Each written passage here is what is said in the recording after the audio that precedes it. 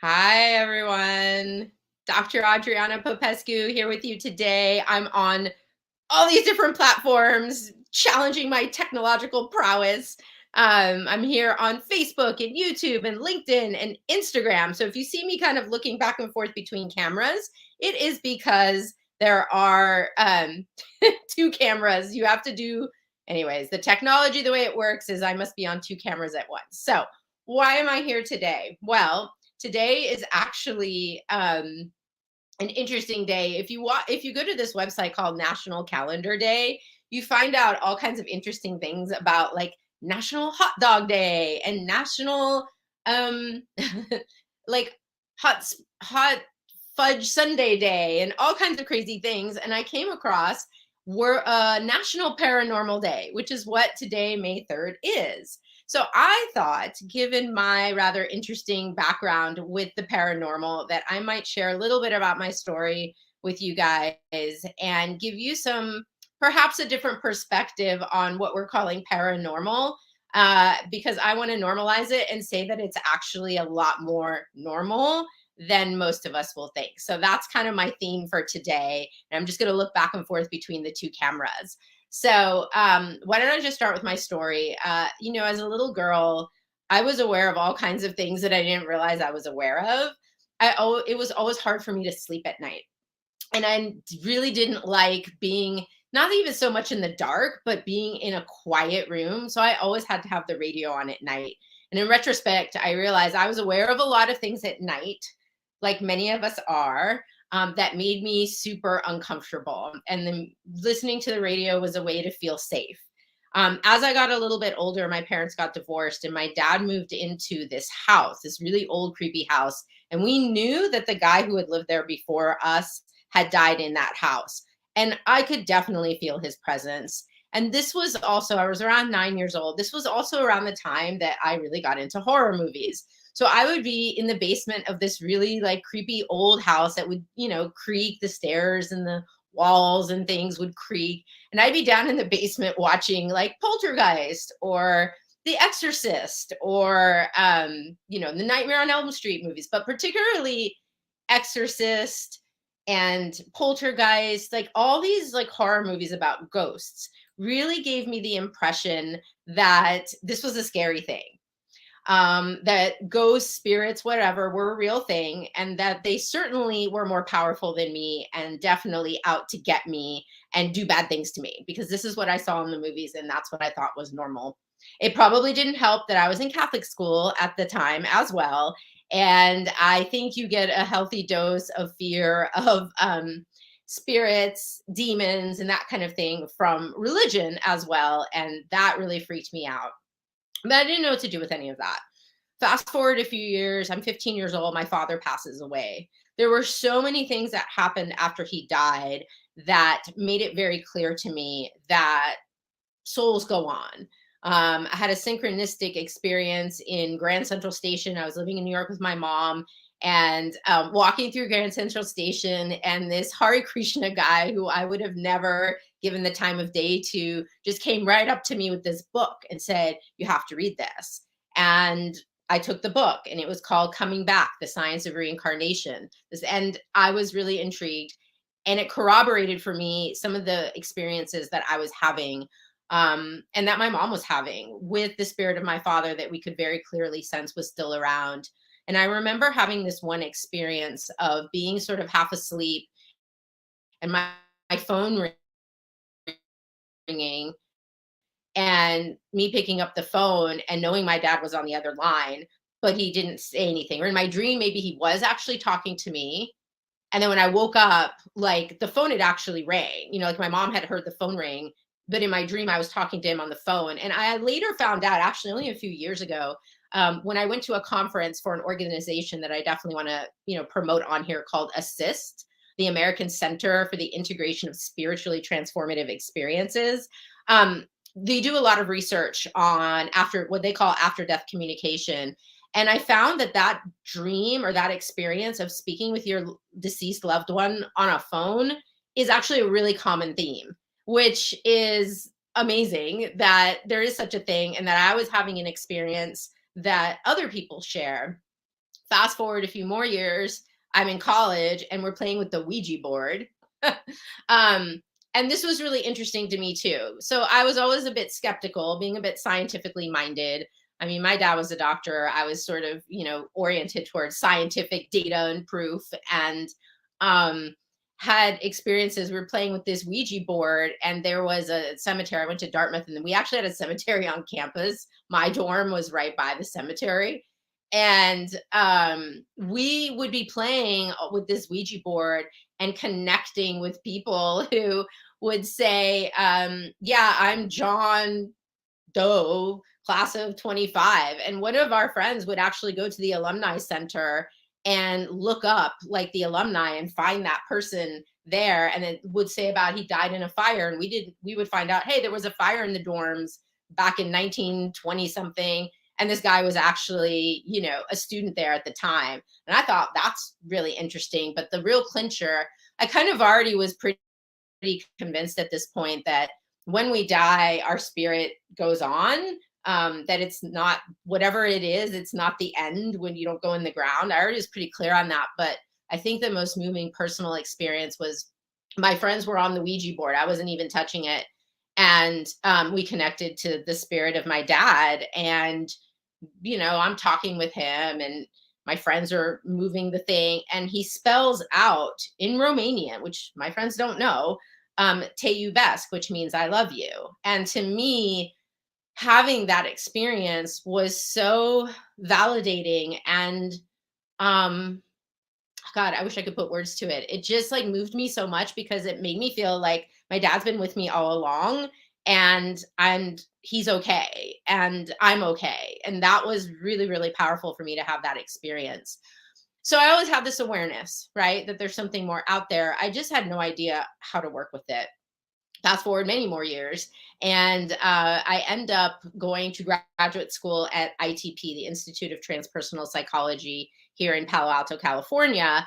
And I started studying more spiritual traditions, Eastern religions and philosophies like Buddhism and Hinduism, where reincarnation is, sort of accepted as the norm, and other cultures and other traditional belief systems. I had a class in shamanism. So I started doing shamanic journeys and connecting with spirit animals and having different experiences. I'd also had some holotropic breath work, which was a really interesting modality that involves getting into altered states of consciousness and opening up your awareness to other lifetimes and dimensions and realities. And that was happening all at once.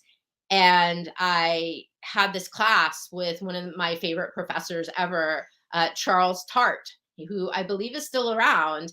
And he was kind of known as the expert, one of the experts in paranormal parapsychology. There's actually a whole field devoted to this called parapsychology. And I took this class with him, and it just blew my world open, because what I didn't realize about all this stuff is that there has been research going on all these psychic phenomenon, things like telepathy, remote viewing, when you are seeing what's happening in another location, and you're able to see it, at the time, whatever, I can't explain it. Like, you're able to see it from here, but it's remote, right? But you're able to recognize what's going on. People having out of body experiences, people having near death experiences, the whole story of potentially seeing your loved ones, seeing people who have passed, going into the light, all those things. Like the thousands and thousands of documented cases of this, and research studies that sometimes the American government was involved in back in the 1950s and 60s. They were looking for any which way in the Cold War to have an edge up on our enemies. And so they were using LSD to alter states of consciousness. They were using psychics and mediums, to see if they could get more information. You even have mediums working with police, solving crimes. It's just amazing to me how much actual scientific really good scientific research is out there. And I had no idea until I took this class. And there are books. There's a book on parapsychology.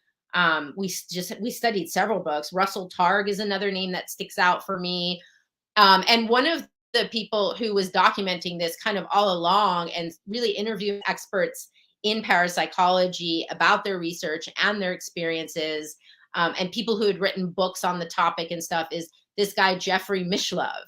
I sent out a newsletter, if you're on my email list, just yesterday with a link to his work. He had a PBS series called Thinking Aloud, and he was interviewing all these amazing luminaries in the world of spirituality and parapsychology and all these things.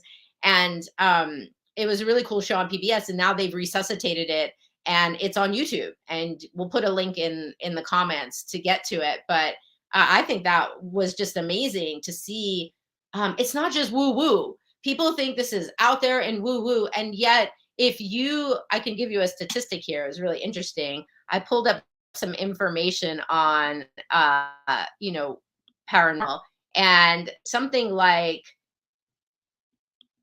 uh, um, 36% of people say they have personally felt the presence of a spirit or ghost. Okay, that's a lot.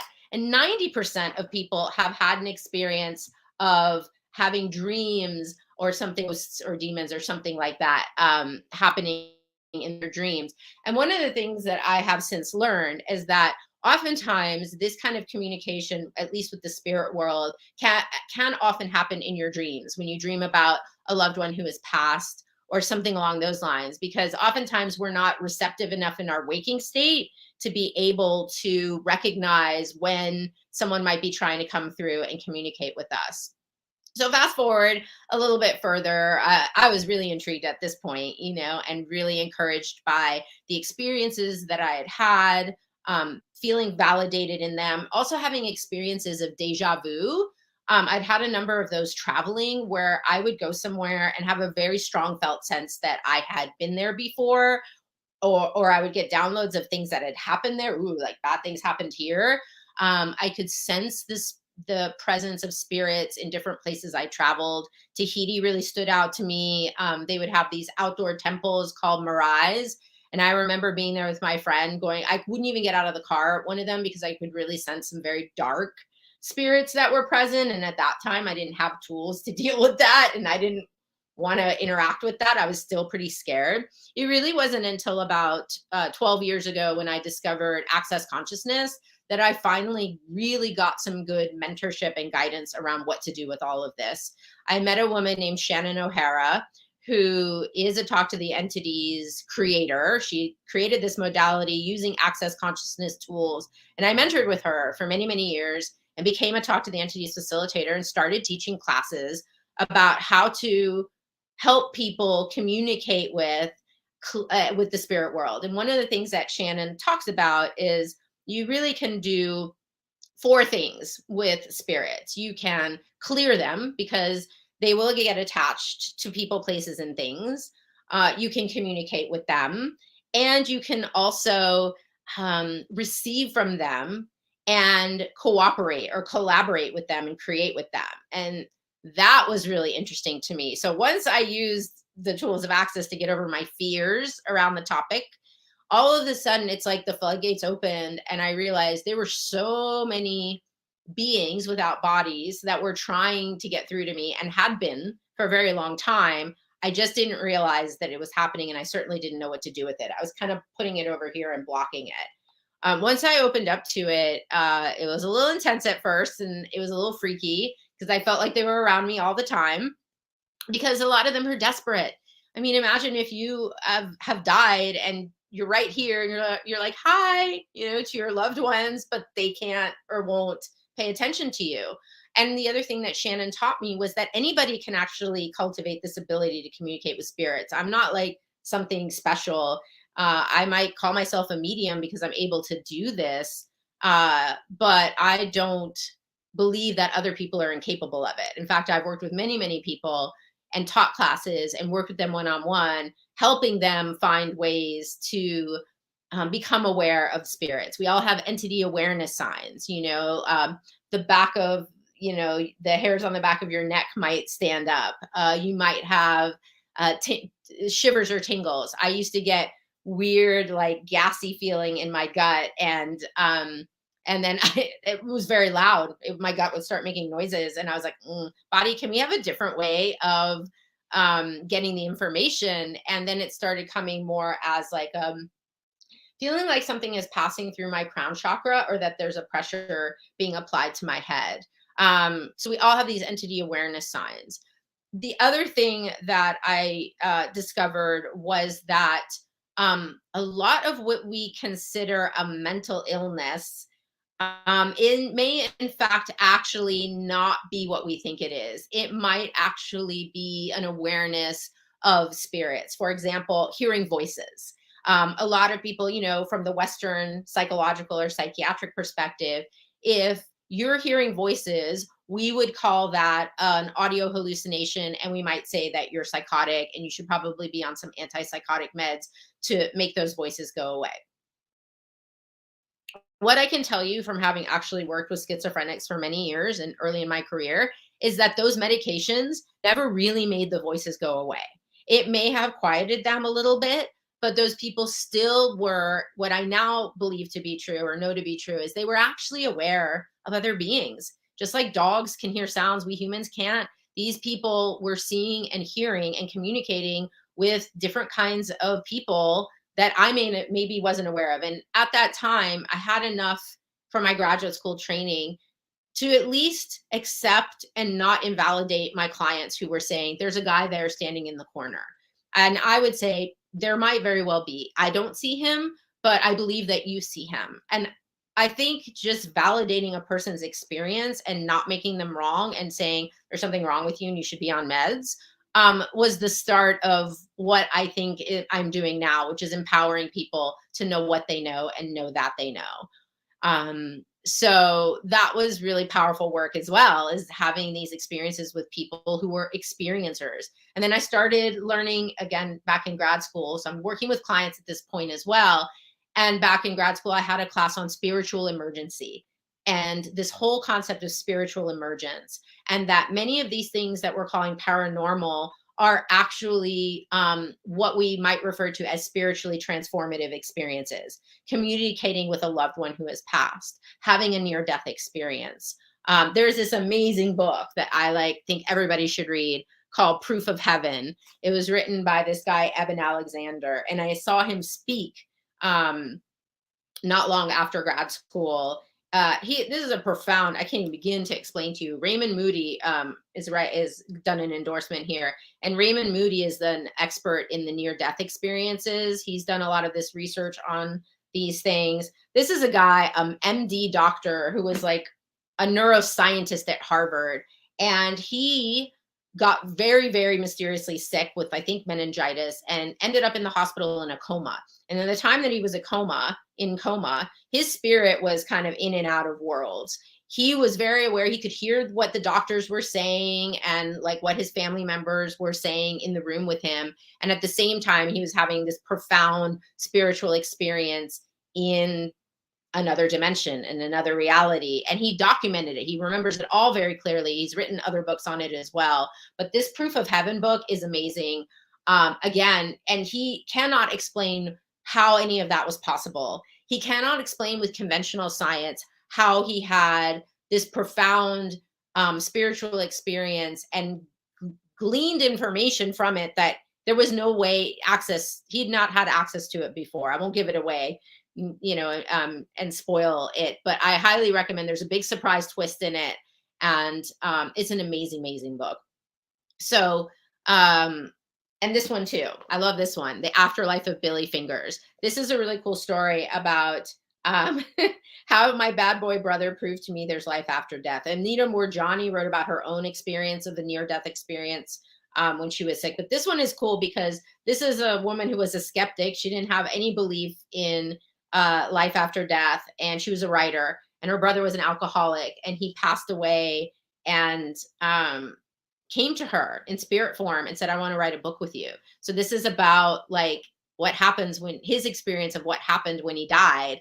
and they wrote this book together, and that's another really cool one. So many things I want to tell you. So in learning to talk to the entities, tools, and starting to facilitate classes, I started looking at mental health through a different lens. Okay, what if this hearing voices is not a pathology, but it's actually a capacity? I have this podcast called Kaleidoscope of Possibilities: Alternative Perspectives on Mental Health. And I interviewed this wonderful woman named Brittany Quagan. She is a therapist, and she's also what we would call an experiencer. She has been hearing voices her whole life, and she's involved in a research study at Yale University, of all places, that is looking at hearing voices as, again, perhaps not a pathology. And she says, I hear voices all the time, and they're there, they support me, they help me. And this is where we might be getting into what more traditional cultures might call communicating with your spirit guides, or your or guardian angels. Shannon likes to call them teammates. These are, we all have these beings, some of which may have been human and others of which were not human. I haven't spoken much about that yet, but there are beings that were once humans in a human body, and there are beings that are not. There are all kinds of spirits. I'm reminded of Shintoism in Japanese culture. There's a religious belief system that acknowledges the spirit that is present in all living things, in the plants, in the animals, in the trees, and the rocks. Um, and there are tree spirits and water spirits, and there are the stories, the folklore stories of elves and goblins and banshees and pixies and fairies. As I started getting more into it, I realized that those energies are present. And when I would facilitate classes with people, we would do little meditations, and I would invite in, okay, let's invite in some fairies and notice their energy, and what gift might they have for you. And then it's okay, now let's invite some trolls in, like perceive their energy and how their energy is different. And as I started having more and more experiences, I'm like, it was just like this whole universe had opened up for me. So to be able to work with people, I also work a lot with addiction. And what I discovered in that journey as I would work with clients is how many of the clients also have this awareness of other things beyond the normal. And they were using drugs and alcohol or other addictive behaviors to try to numb their awareness of those things. And that when you normalized it for them and said, no, you're not crazy, that you're hearing things or sensing things, like this is a real thing. And what if we could help you use this stuff to work for you rather than against you? I remember sometimes I'll share this story. I remember working with a woman in Israel, and she was having really severe panic, to the point of having like panic attacks and agoraphobia, where she was afraid to leave her house and she was afraid to drive her car. And she hadn't been like that before. And she was somebody who was, taking access consciousness classes and becoming more aware of things, opening up to things. And when we were facilitating her on this anxiety, it turns out she was just super aware of the spirits around her in Israel. Now we know Israel has had thousands of years of fighting and war and stuff. And so these entities that she was aware of were traumatized and like had PTSD, because it isn't, what I've learned is, when you die, you don't necessarily leave it all behind. Some people take their baggage with them and they're still struggling. In fact, a term we often use is earthbound spirits. Why are spirits still earthbound and not choosing to move on to the light or another lifetime, another body? Oftentimes it's because they have unfinished business here.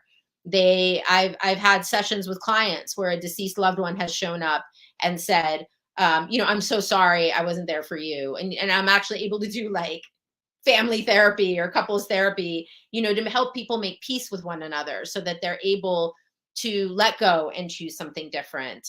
Sometimes people are hanging around the earth because they made an oath or a vow or a promise that they would never leave someone. Sometimes we have our loved ones. I'll often, find grandmas or grandpas, or somebody who's passed who just wants to be there for you, wants to make sure you're okay. My teammates, there's one of my teammates is actually someone I knew in college that was a lover of mine, and as soon as I got the news that he died, he was right here in my ear, like talking as clearly as, you and I are talking. Well, you're not really talking back, but as clearly as I'm talking to you, um, he was right here and saying, "I'm sorry, I was such a dick to you." That was the first thing he said. And I'm like, I know it's you. And we just had this amazing conversation where I was hearing him. Like, for me, I don't see them. I might see little orbs, but I sense them. Sometimes I hear their voice, a voice. It sounds like my voice, but it's telepathic communication. And that's also one of the things that we talk about in this world of paranormal is telepathy. But what if that's actually our norm? What if communicating telepathically is actually what we have a total easy capacity to do? We just don't use it. And that's a whole nother topic I could get into. But um, as I've become more conscious and aware, my ability to know the things, like when someone's going to call you, right? Oh, I was just thinking about you, and you picked up the phone and called. All of that falls under this umbrella. And I know I may be going off on tangents, but there's so much to say about it. Um, and so my view of mental illness, my view of dissociative identity disorder has changed. I don't think personality fragment off. My awareness around that has been that there can be different beings, there can be spirit attachments, there can be beings attached to your body and can be in your body, and that there are tools to work with that. So some organizations that I have found to be helpful is, one is the Spiritual Emergence Network. So for people that are having these kind of inexplicable experiences that are sort of outside the bounds of most people's experience, there are lists of therapists and coaches and people, counselors who have had training, have had experience in these areas, and can support people going through an experience like this, because it can really profoundly change your life. Kundalini awakenings is another type of spiritually transformative experience. I've named near death experience, after death communication, things that um, we don't call mainstream, and yet they happen to the majority of people, I think, have some sort of experience of this. And we actually have a huge scientific basis. Ions is another. So you have the Spiritual Emergence Network, you have ASSIST, the American Center for the Integration of Spiritually Transformative Experiences. I actually spoke at their conference a few years ago. And they also include psychedelic experiences that people may have, experiences with things like holotropic breath work, shamanic type experiences is also included in there. And they have an experiencers forum, which is like a closed kind of chat room where you can actually share your story with other people, which I think is very cool, because a lot of times people that have these experiences feel very isolated and alone, and they don't feel like they can speak to their loved ones about it because they might get locked up and called crazy. So IONS, IONS, the Institute of Noetic Sciences, is a tremendous organization. I love these guys. Dean Radin is one of their main, Rupert Sheldrake does a lot with them. He does this work with morphogenetic fields. Dean Radin is a researcher who's done a ton of research on all things psychic and paranormal. And he's written some amazing books. And with huge quantum physics basis, like he'll quote a lot of quantum research data that is almost inexplicable, to our logical, reasonable mind, where you can split, like you can take, oh God, how am I going to explain this? You can take atoms that have been like split particles that have been split apart through light or something, and they'll put like one particle over here and then this other one, miles away or through a steel wall this thick, and they'll do something to the one atom or the particle, whatever, and they'll see that the other particle is doing the same thing at the same time. And so that would mean communication is happening at faster than the speed of light. And they've done studies with people, with twins, where they'll show one twin, they'll separate the twins, and they'll show a flashing light in their eye, and they'll look at like what part of the brain is activated when that light is flickering. And then with the twin, they'll track what's going on in their brain at the same time, and they're not being shown a light, and yet that part of their brain that activates when the light shown is going off at the same time that the twins is, only they're not getting a light. Like, how do you explain that? There's just so many fascinating phenomena and really strong scientific data to support it.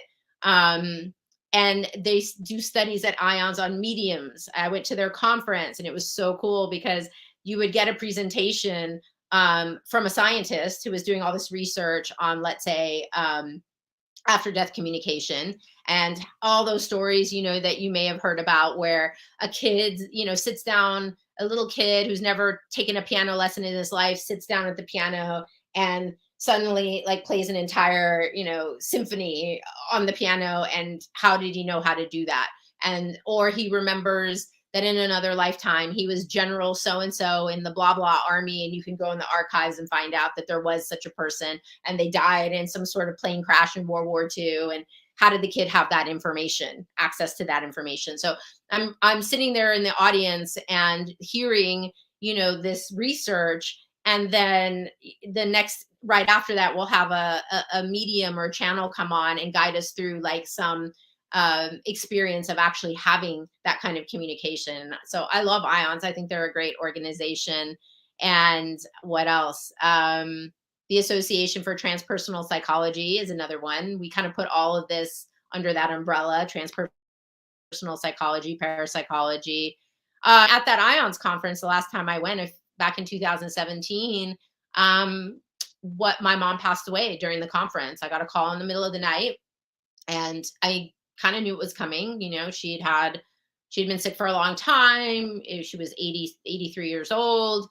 But it was weird. It's, even with my awareness of everything, and I'm like, look, I know you're going to be okay. I know we're going to communicate when you pass. You'll still be there. Even though I knew that, it was still, weird to have your mom pass away. And hours later, and I was like, what do I do with myself? Do I just sit around? Like, I decided to go back to the conference. I was working a bars booth there, and access bars, energy work on the head, doing a class next Saturday if you're interested in the San Francisco Bay Area. And I have a lot of stuff to check out my shop too. I have some of my talks and things from when I worked. It was a talk to the entities facilitator. I stopped doing that last year so I could focus more on my trauma work with Firebird Healing, but I still use it in my practice with clients. I just don't teach the classes anymore, but I highly recommend them. ShannonO'Hara.com, talktotheentities.com. There are talk to the entities facilitators all over the world who teach these classes, intro classes, a 2-day class called a 2.5-day class called Talk to the Entities Beginning. Shannon does more advanced classes. There are specialty classes, 11 specialty classes: entities, spirits of the earth, entities in children, entities in relationships, money and entities. That's a fun topic. What if the entities could actually contribute money to you? I have all kinds of crazy stories about how that's worked for me in my life when creating with and receiving from the spirit world. Really mysterious things happening around money, where more money shows up in my bank account than should be there. So that's a fun one. Entities and addiction, mental disorders and entities. Lots of really interesting classes that are available to you. But back to my mom. So she passed away, and I was like, I guess I'm just going to go back to the conference. And I was sitting in a workshop.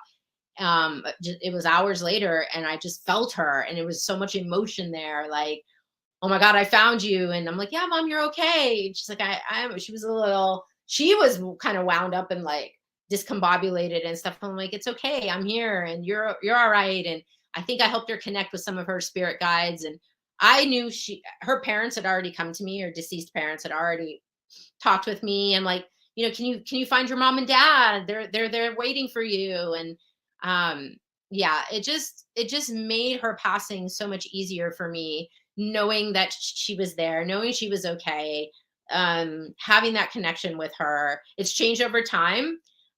She talks about this in this book, and I have had the experience as well, that the longer your loved ones, at least the people I've known, my lover from college, my mom, the longer they've been without a body, the less defined they've become. It seems like their ego and personality is sort of faded away, and they're just sort of more space. I've pretty much had a connection or communication with everyone I've known who has passed in this life.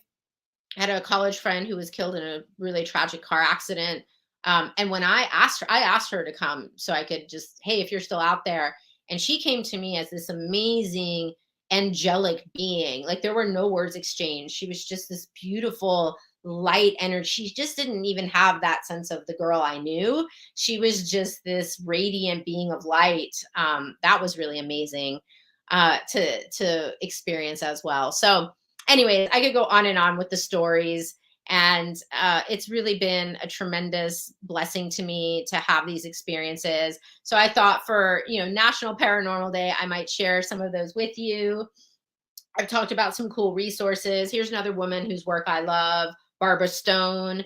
She is an fellow energy psychologist, and she always gives great talks at the conference, and works with spirits. And I'll share one last story with you of what happened at one of her workshops. I had a client who had committed suicide, and it was funny because he and I would talk about it, because he was suicidal for a long time. He's like, yeah, I'm pretty sure when we die, we just go in the ground and that's that. And I'm like, I kind of think, and there's all this research. And I was trying to convince him that there was life after death, and I was pretty sure his soul would go on. And he was definitely a skeptic. And he did end up committing suicide. And because of my awareness of everything, I actually, I mean, it was traumatizing to some degree, to have your client do that. But on the other hand, because I knew that there is more beyond it, I figured he probably was like actually happier and at peace in a way he couldn't be when he was alive. Fast forward, it was maybe 3 years later, and I'm in Barbara Stone's workshop at the Energy Psychology Conference, and we were doing some stuff with this work, and a lady had a spirit attached to her, and helped her move that spirit on. We incorporated tapping and EFT with it. It was all very fascinating. And then at the end of it, she's like, okay, any other spirits who are here who want to move on, we're going to help all of you go to the light, was her way of looking at it. And I felt his presence right here on my shoulder. And I knew instantly it was him. And it was like, oh, hi. He's like, hey, you know what? You were right. There is something beyond death. Here I am. And I'm like, how is it? How is it being dead? I always have a sense of humor with this. And he said, I'm finally at peace and I'm happy now. And thank you for always being there for me and letting me and talking with me about this and being there in the end. You meant a lot to me, and our work together meant a lot to me. And then he left, and that was that. And it was just a really beautiful experience to have. So in honor of National Paranormal Day, there's a little bit of my story. If you guys are interested in finding out more, again, you can check out my website, adrianapopescu.org. I've written some blog posts on the topic. I've done some classes and talks in the past. My YouTube channel has a whole playlist with some of these things. Obviously, there's a lot more to the paranormal than just what I was talking about today, but some of the organizations, Ions Assist, Spiritual Emergence Network, all of those might be a good resource for you. And if you are someone who's had these experiences and they've created some havoc in your life, please know that there are tools you can learn. There are people like myself who can support you in trying to make sense of your experience and maybe figuring out how you can use whatever's happening to work for you rather than against you. If you're struggling with your mental health and you think this might be part of it, you can find people who can assist you with that. And what if, all of this could be more of a celebration and an honoring and a gift rather than us having to live in fear of things that we can't yet fully explain with the current science that we have, even though if you look into the science, it's actually catching up. So that's my 2 cents for today. Have fun. If you have any questions, don't hesitate to reach out or comment in the comments on this. It's been fun to be with you today. Dr. Adriana Popescu signing off. See you next time.